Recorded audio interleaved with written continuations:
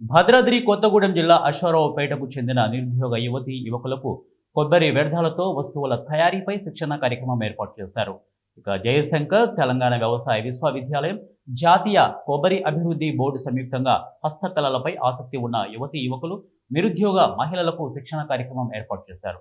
శిక్షణా శిబిరంలో అంతర్జాతీయ స్థాయిలో అవార్డు పొందిన బీహార్కు చెందిన నికుంజ విహారీ శిక్షకులుగా వ్యవహరిస్తున్నారు. ఇక పర్యావరణాన్ని పరిరక్షిస్తూ కొబ్బరి సేల్స్తో వివిధ రకాల శిక్షణ కల్పిస్తున్నట్లు వివాహకులు వెల్లడించారు. ఇక శిక్షణ పొందిన యువతీ యువకులు, నిరుద్యోగులు స్వయం ఉపాధి పొందవచ్చని వ్యవసాయ కళాశాల ప్రొఫెసర్ డాక్టర్ శిరీష తెలిపారు. సహకారంతో కొబ్బరి హస్తకళ నైపుణ్య అభివృద్ధిపై 6 రోజుల శిక్షణ కార్యక్రమం అనేది నిర్వహించడమైనది. ఈ కార్యక్రమము జూన్ 30 నుండి జూలై 5వ తేదీ వరకు కొనసాగుతుంది.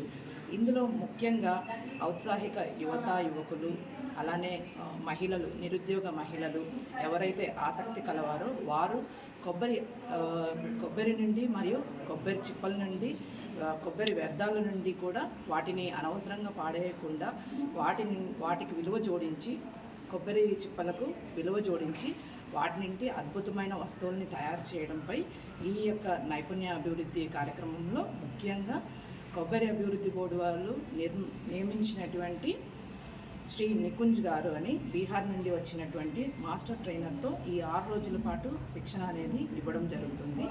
సో ఇందులో ముఖ్యంగా ఏంటంటే ఆసక్తి కల యువకులు, అలానే నిరుద్యోగ మహిళలు కూడా ఇందులో నేర్చుకుంటున్నారు. 15 మంది ముఖ్యంగా నేర్చుకుంటున్నారు.